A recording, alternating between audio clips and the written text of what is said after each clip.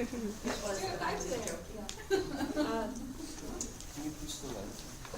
fun. Exam on Monday. We're in one of those 4 credit periods, so we can have that extra 10 minutes or so out there for the regular class. And that's fine. Assuming that no one has to be here before 11:45. Okay, then we can use that time. But you definitely need a calculator. Make sure it can do natural logs. Because there probably will be one of those questions in there. She's already written it, so there it is. And I'll give you a constant, so you don't worry about having constants memorized.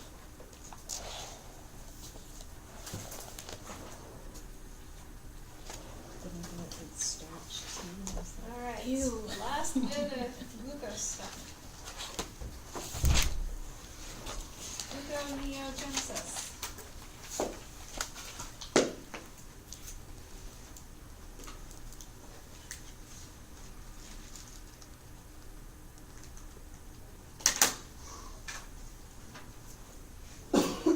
Synthesis of glucose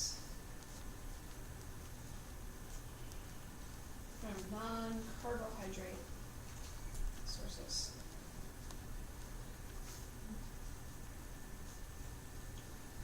The biggest one being pyruvate.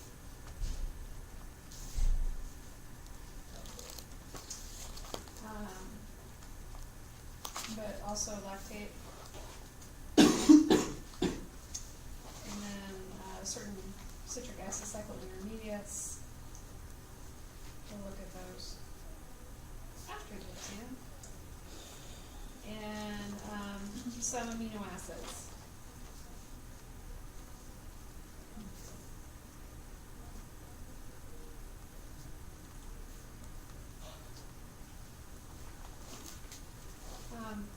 All these sources have to be converted to oxaloacetate first.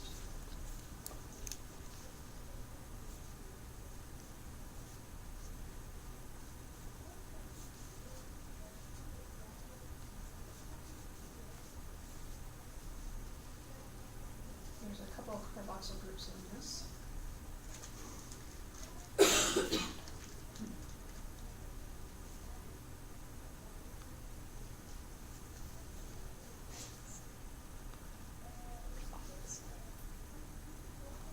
And there are some metabolites that cannot be used to synthesize glucose.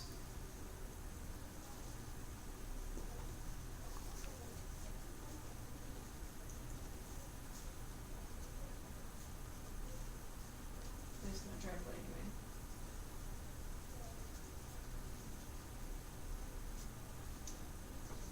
And so,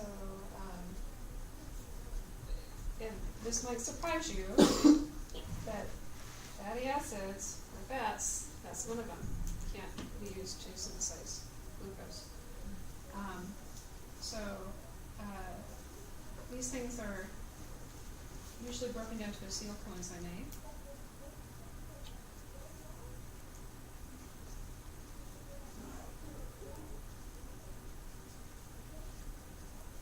Which cannot be turned into oxaloacetate.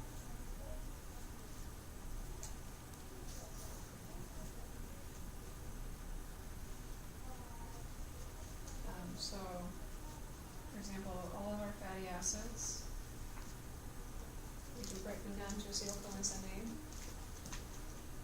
You can't turn it into oxaloacetate to make glucose. And then lysine is an amino acid that can't.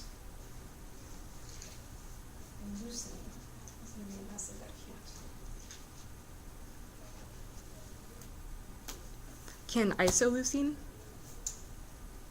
Must be. Okay. This is not on the list, it must be. I'd have to pull up that chart to see for sure, but yeah, it must be the length of the chain, because both of those are longer. Can isoleucine? I'm guessing it can. I don't know if I was pathway. Maybe we'll see later. Okay.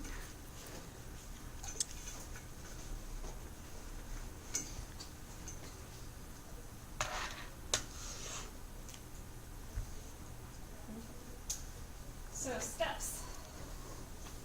Just wish you wanted some more steps.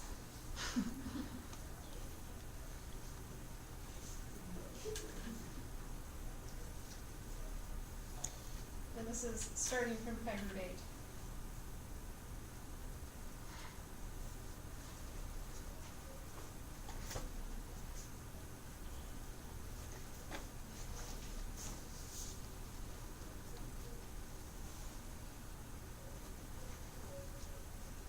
This is going to be the same as for glycolysis, except at the 3 irreversible steps. Okay, so that's the good news, that it's just 3 additional steps. All the others you already know. Okay,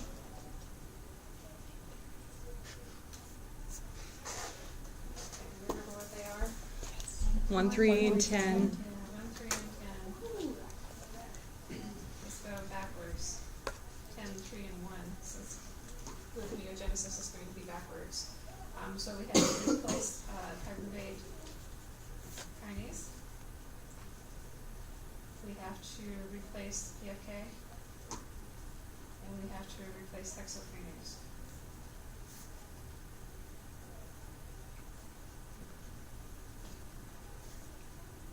So these must be replaced by different enzymes.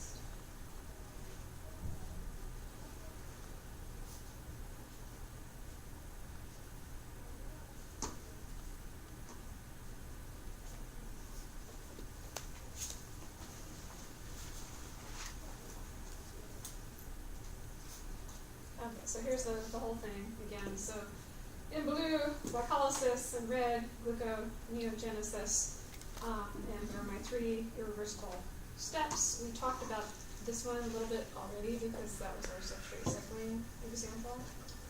So we've already mentioned fructose bisphosphatase.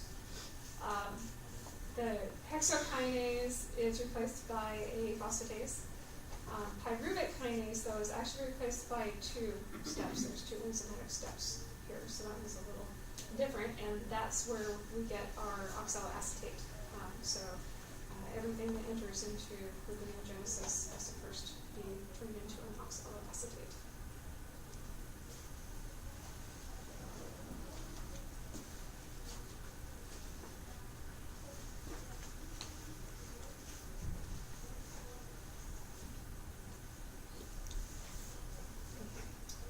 So we're going to start with conversion of pyruvate back into phosphoenolpyruvate.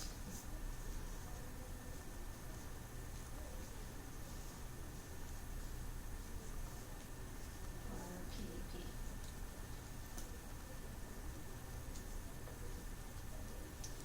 So this requires 2 enzymatic steps.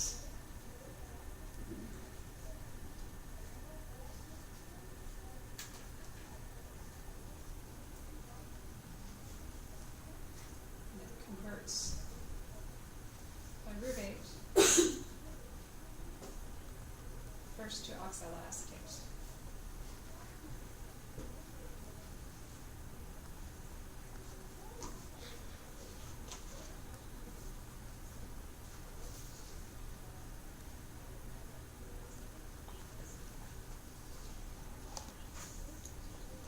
How many carbons in pyruvate?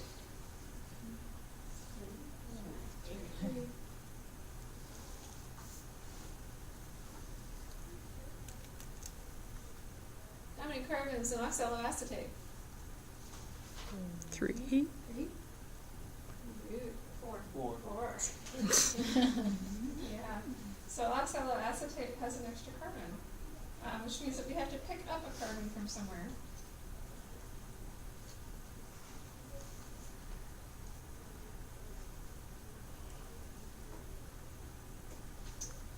And it's going to come, well, it comes from carbon dioxide, but it comes from carbon dioxide initially dissolved in water. which is going to be a bicarbonate. So we have a bicarbonate that comes in. Okay, we also need some ATP to make this happen. We'll get some ADP plus an inorganic phosphate. There's oxaloacetate. Okay, and then there's a second step that's going to consume some G2P.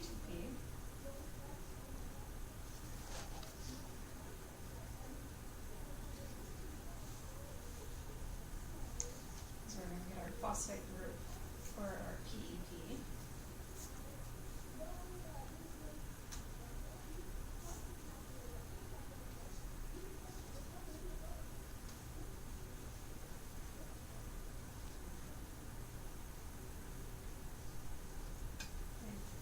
So we need one enzyme to do the first step. We need another enzyme to do the second step. So E1 is called a pyruvate carboxylase. And then E2 is a PEP carboxykinase. Or PEPC. Okay, that one has abbreviation.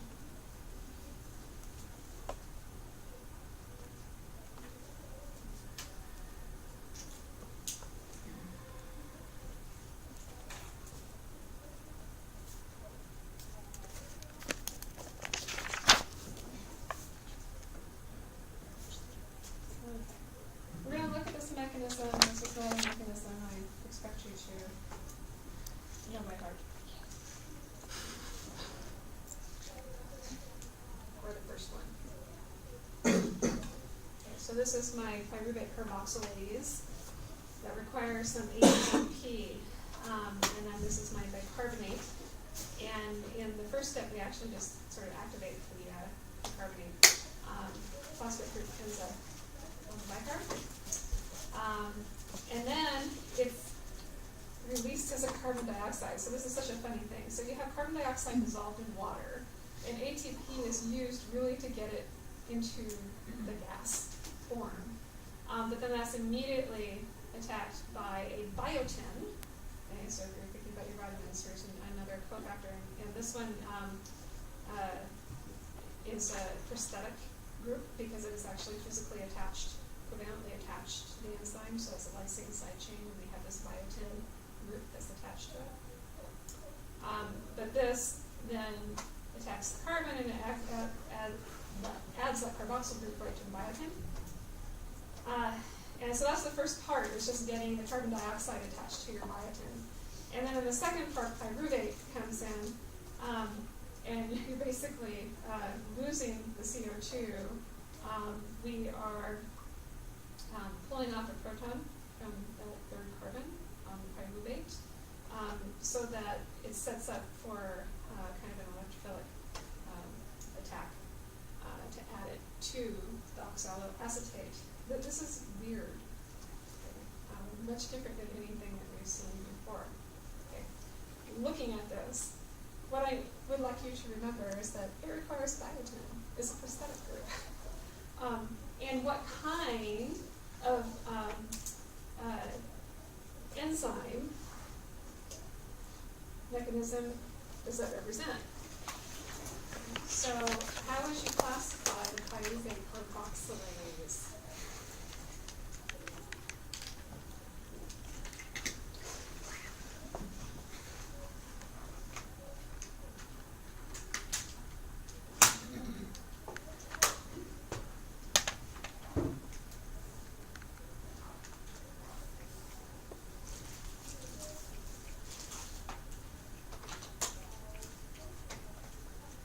Sure.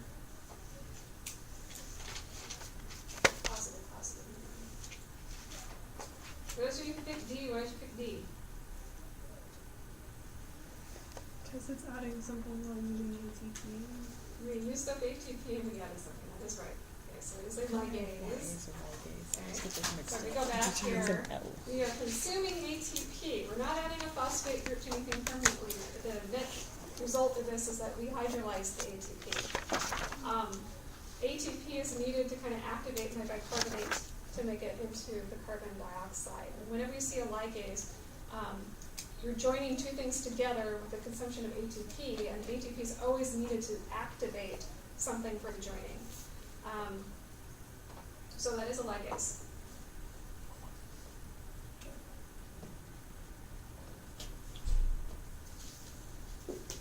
Alright, so I'm going to write a few things down about pyruvate carboxylase. Work in the brain.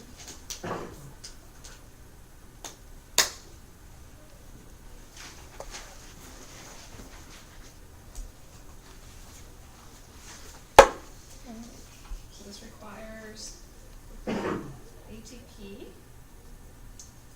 and a biotin prosthetic coenzyme. And is classified as a ligase.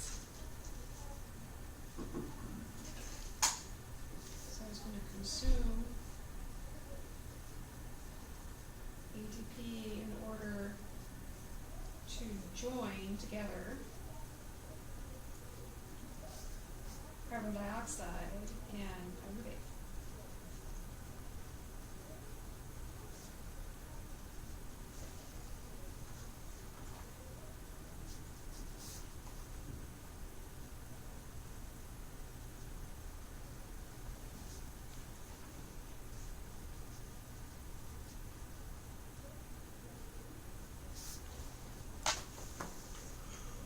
So then the second one, PEP carboxylase.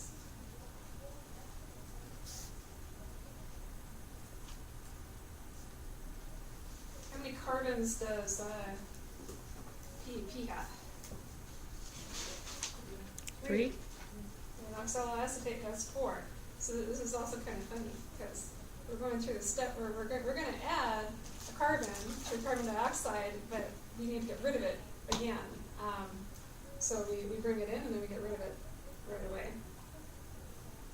Why is that? Because it has to be a different pathway from your pyruvate kinase. It has to be a different pathway. Why this evolved as opposed to something that could catalyze the reverse reaction that was going to be controlled separately, like we saw with the FPAs and the phosphofructose kinase. I don't know.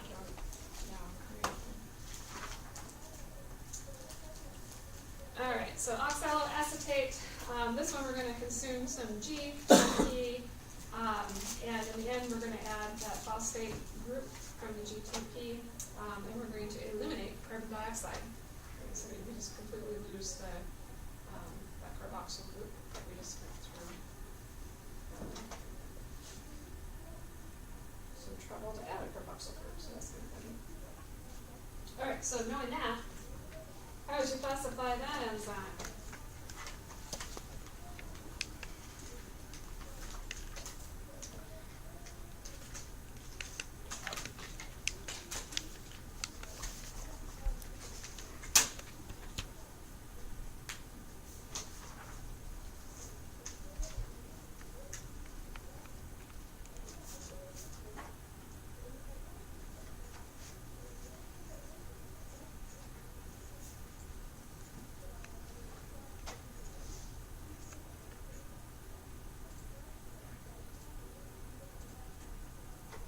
Good. Did you catch the word eliminate? Yes, so that is a ligase. So in this one, the end result is that we're breaking a carbon-carbon bond here. And you might remember that all of our decarboxylases, when we eliminate carboxyl groups, those are all liases. And another thing I want to mention, since you've asked me, well, why did we do this? Why add the carbon and take it away? I do want to say that oxaloacetate has other uses than just being the stepping stone back to Genesis. And we will see that when we start talking about citric acid cycle as well.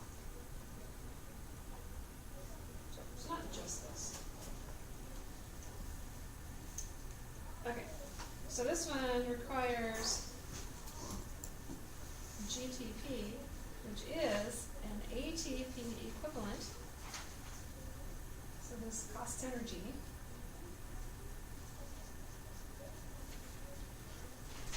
And releases carbon dioxide. And it is a lyase. Because it eliminates the CO2.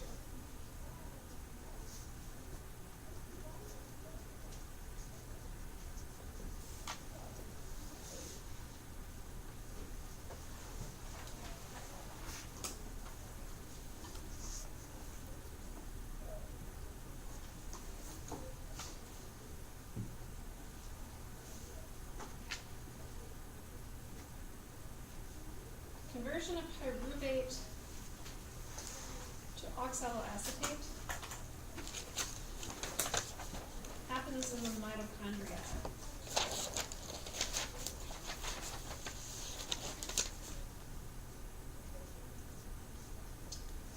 We haven't been talking about where things happen yet, but that's going to become important now. And it's, again, more important for eukaryotic organisms because you don't have a lot of compartments inside bacteria because you just don't have those.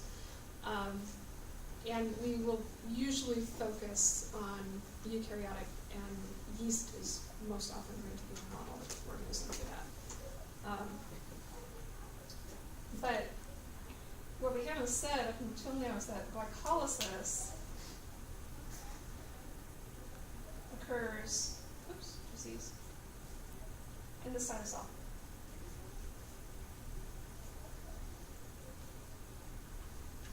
Gluconeogenesis also occurs in the cytosol.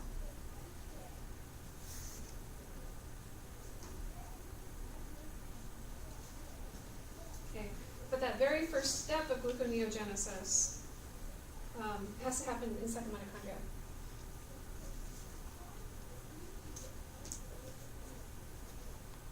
Pyruvate is transported to the mitochondria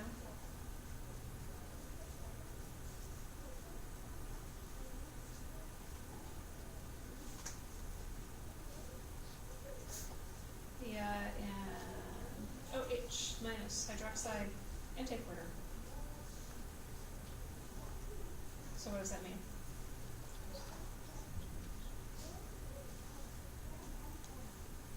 It means that it transports the OH out as it's bringing the pyruvate. The pyruvate in, yeah. So OH comes out, pyruvate goes in the mitochondria. And so pyruvate, there's our end result for glycolysis, that gets moved into the mitochondria. And then pyruvate is converted to oxaloacetate in the mitochondria.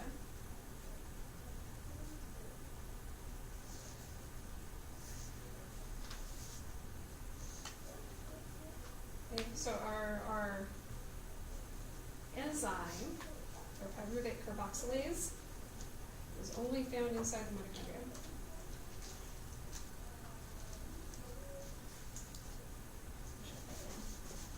Pyruvate carboxylase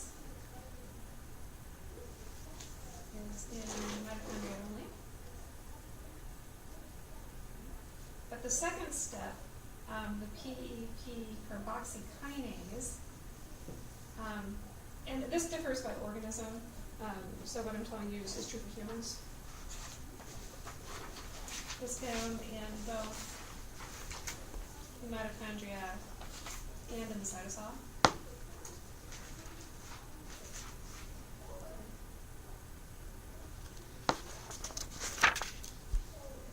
And because of that,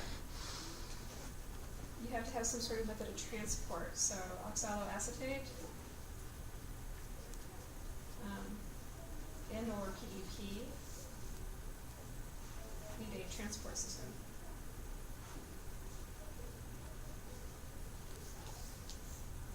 To get back out.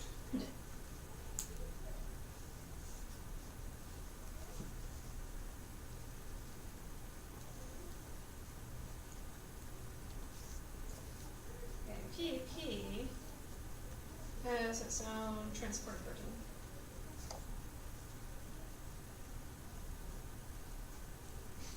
It can actually work in both directions too. It can bring things in or put things out. So it operates in either direction.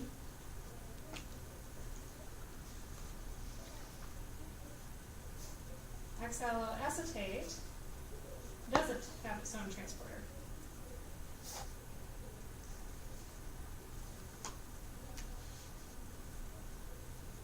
Instead, it must use something called the malate shuttle.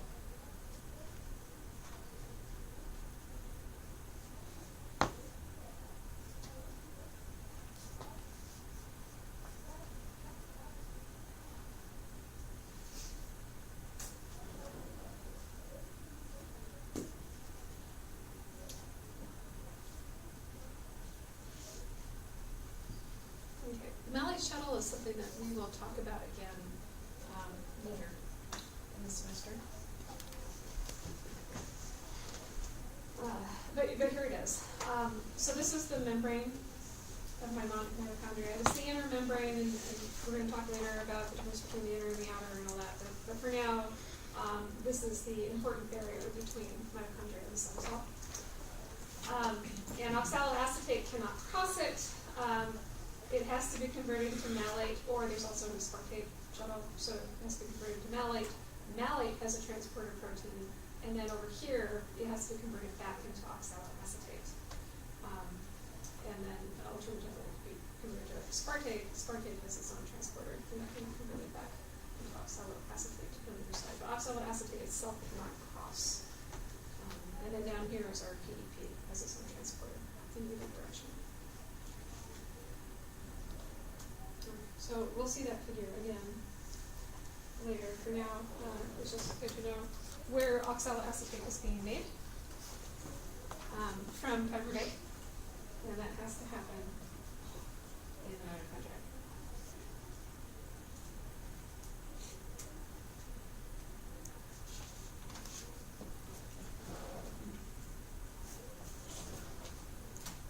All right, so that is the replacement for step 10.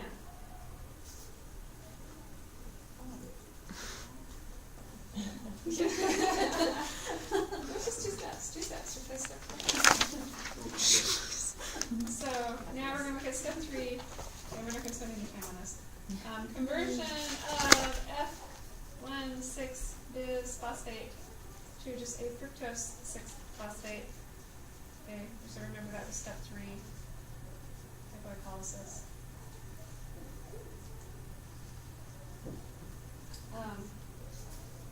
And this one is we have the FBPAs replaces PFK.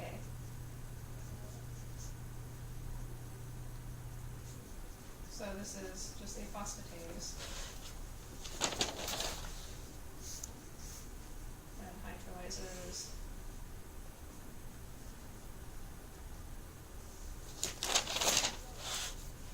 the phosphate group.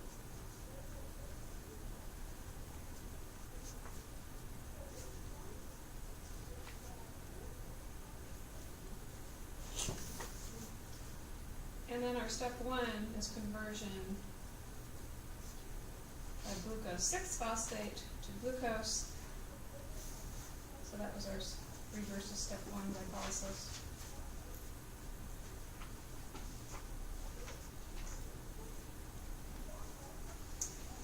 And that is a glucose 6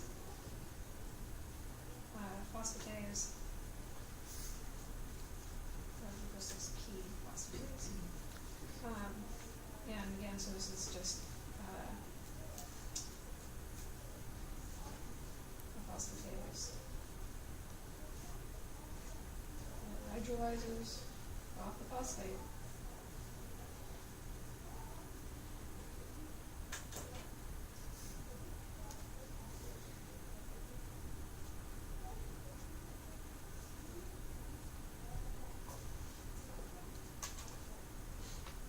So those are both simple steps.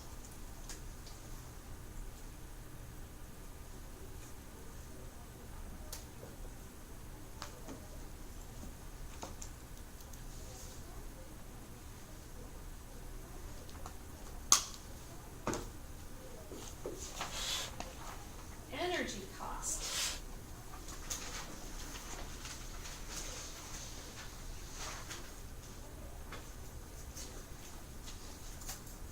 So when we start looking at these steps, we're consuming ETP and ATP equivalents to get there. So beginning with the very first, the pyruvate carboxylase that uses up an ATP in order to add my carboxyl or group from the carbon dioxide.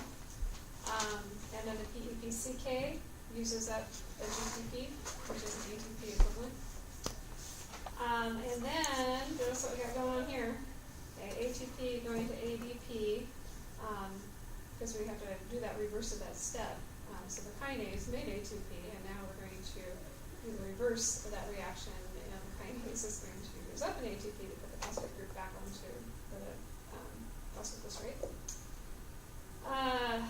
And then we lose one of those high energy phosphate groups is an inorganic phosphate here. We lose another one there, and we lose another one there. Okay, and these are not put back onto ATP. We make the ATP. So where ATP was consumed here and here, we're not getting ATP back. We're just losing that phosphate group as inorganic phosphate. So in the end, what you get is a cost of 6 ATP to convert 2 pyruvates back into 1 glucose.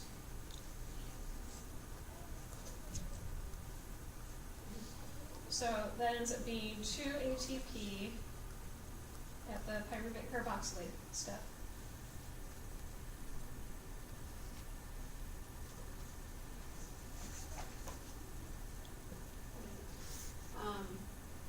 It is 2 because you have to have 2 pyruvates to make 1 glucose. And then it's 2 ATP equivalents,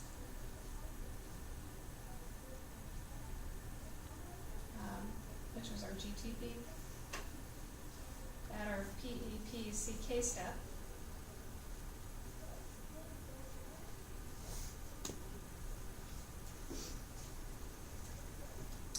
And then we're going to consume 2 ATP at our phosphoglycerate kinase step.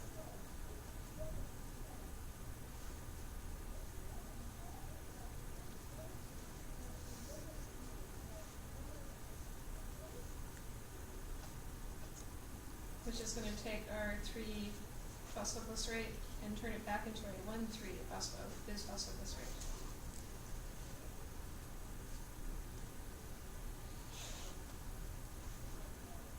And we're not going to get the gains. So with glycolysis, we saw gains, but in our reverse of our energy investment, we don't get any energy output. We just release some unit phosphate. Okay, so it costs energy to synthesize glucose. So why bother?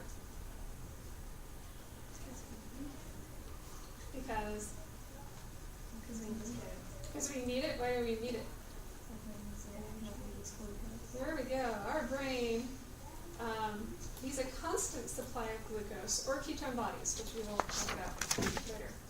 But your brain needs a constant supply of glucose to function, and without it, you talk about coma, and you die. So you've got to be able to make the glucose. If your blood glucose levels are low, your liver has got to be able to make the glucose to keep your brain alive.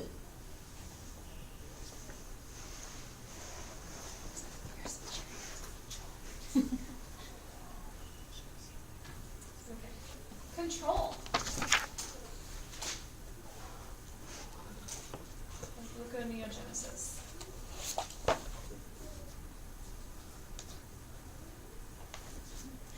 We already talked about the control, because it's the same control point for glycolysis. So where was that? Step one of glycolysis. 3. Step 3. So this mostly occurs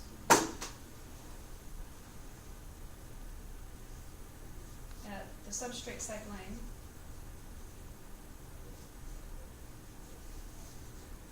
Is step 3 of glycolysis. And so that is my PFK versus my FBPase. It's those two enzymes that are regulated. Okay, and I already told you how it was regulated.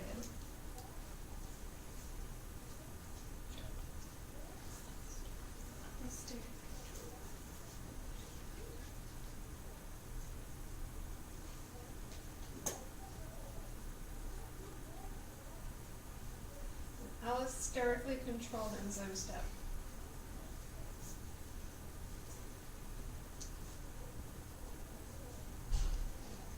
And my allosteric inhibitor activator is a fructose 2,6 bisphosphate. So 1,6 is the glycolysis intermediate, but 2,6 is an allosteric regulator.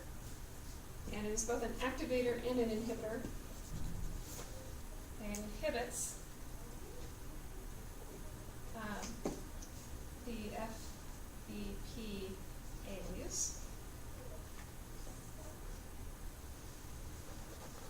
And it activates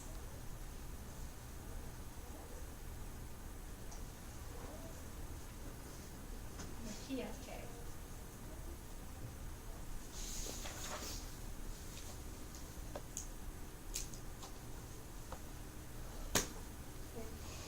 So when F26 bisphosphatase is around, what am I getting? Glycolysis or gluconeogenesis? Glycolysis. So this thing promotes glycolysis over gluconeogenesis when it's around. What do you mean when it's around? Are there times Yeah, when it so won't here be? we go. You ready?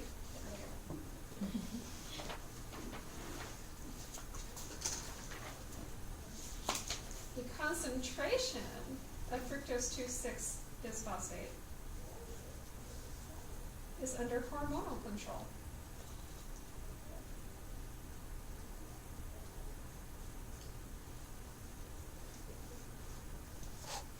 And the kinase phosphatase system.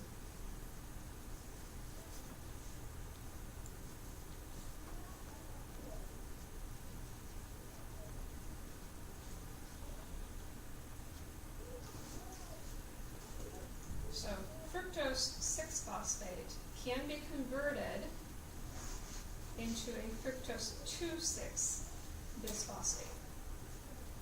And that's done by two enzymes, and you're going to hate the names, and I'm sorry. Sorry about it, because it makes things confusing. Okay, what kind of enzyme do I need to put a phosphate group on my fructose 6-phosphate? A kinase. Unfortunately, this is called PFK2. No. What kind of enzyme do I need to take a phosphate group off of my fructose 2,6 bisphosphate? Phosphatase. And unfortunately, this is called FBPase2. Whose idea was that? I don't know. It's not the same thing, it'll be easier.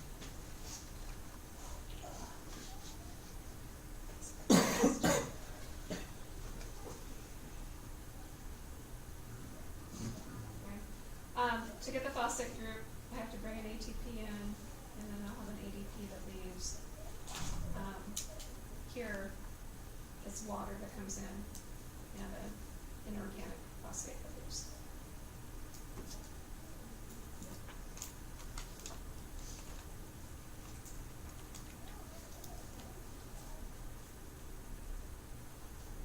PFK2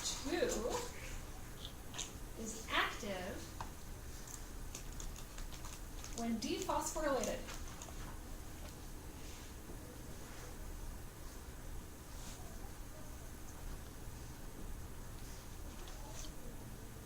When do you think FBPase2 is active? When it's phosphorylated? Yes. So FBPase2 is active and phosphorylated.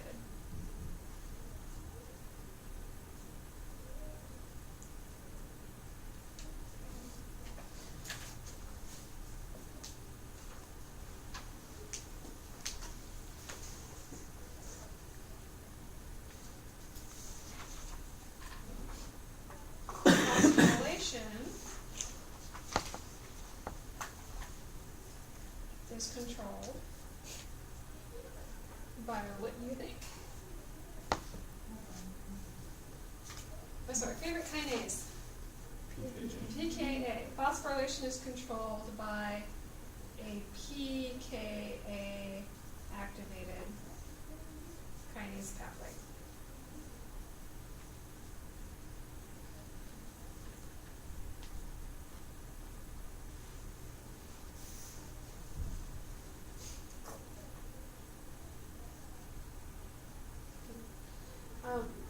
And that's why it's under hormone control, because our PKA requires cyclic AMP. Cyclic AMP comes from adenylate cyclase, which is activated by a G protein coupled receptor that is going to bind what hormone? Glucagon. Yeah. Sorry, Shannon, I'm sorry. She brought in a lovely flow chart to me this morning of all the pathways, and she has to add another level to it. There's one in your book that I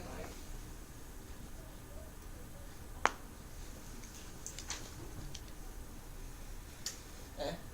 So, low blood glucose, increased glucagon secretion, and through that G protein coupled receptor pathway, increased cyclic AMP, which activates PKA, which means that in general we're going to start phosphorylating a whole bunch of stuff, and that stuff is going to involve both glycogen breakdown as well as the gluconeogenesis, the synthesis of glucose.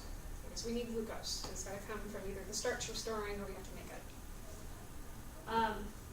And so that increased enzyme phosphorylation is going to phosphorylate a lot of things, including activation of our FBPase2 when it gets phosphorylated, and inactivation of the PK2 when it gets phosphorylated.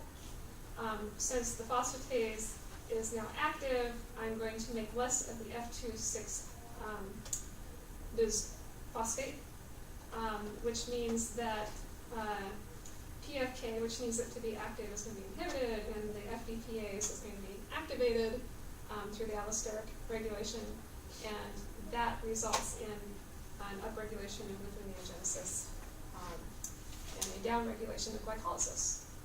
Okay, so it pushes our pathway in one direction.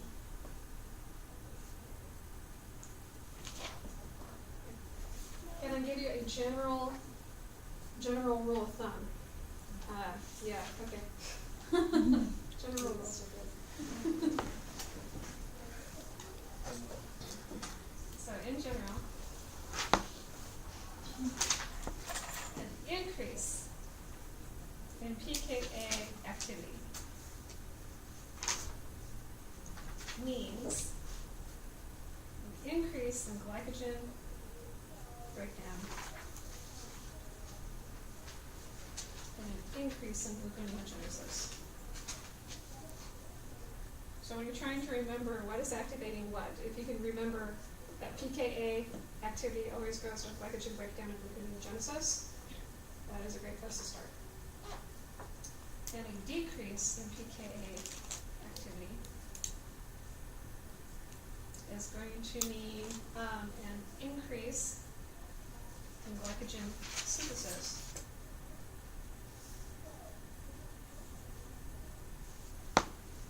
And an increase in glycolysis.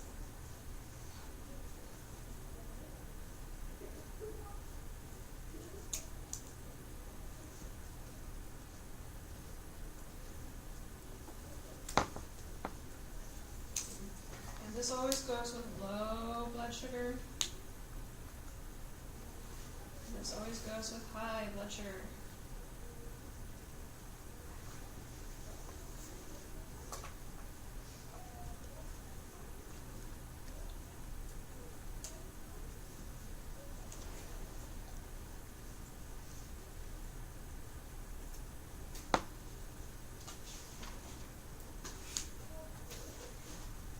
Questions?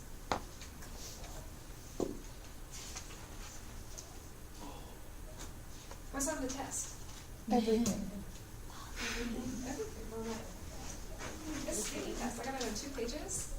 Ew. Yeah. Should That makes me nervous. we have a preview? Front and back, yeah. It's only 2 pages long. Front and back. Shannon doesn't like that. That's all the points go into 2 that's- pages. There's a high concentration. Commercial credit. I need more questions. Commercial credit. She's over there freaking out. It's like 30 points. And this A little one. bit. Yeah, what? Too bad. I mean, everything's on it, but what is like? Question. There's some of everything. But what are the questions? One question that involves knowledge from one chapter. Wait, say At that again? least. That doesn't really There's count. at least So one there, question There from definitely be some sort of signaling question. There will definitely be some sort of glycolysis question. But that's all it Definitely has. some sort of glycogen question. And what am I missing? And there'll definitely be some sort of metabolic energy question. So those are your kind of your 4 chapters. Also, we have to know it. Yeah. Yeah, we always have to know. Except for the stuff I said you didn't need to know. Yes. I made very block letter notes about that stuff. Didn't. I don't even know that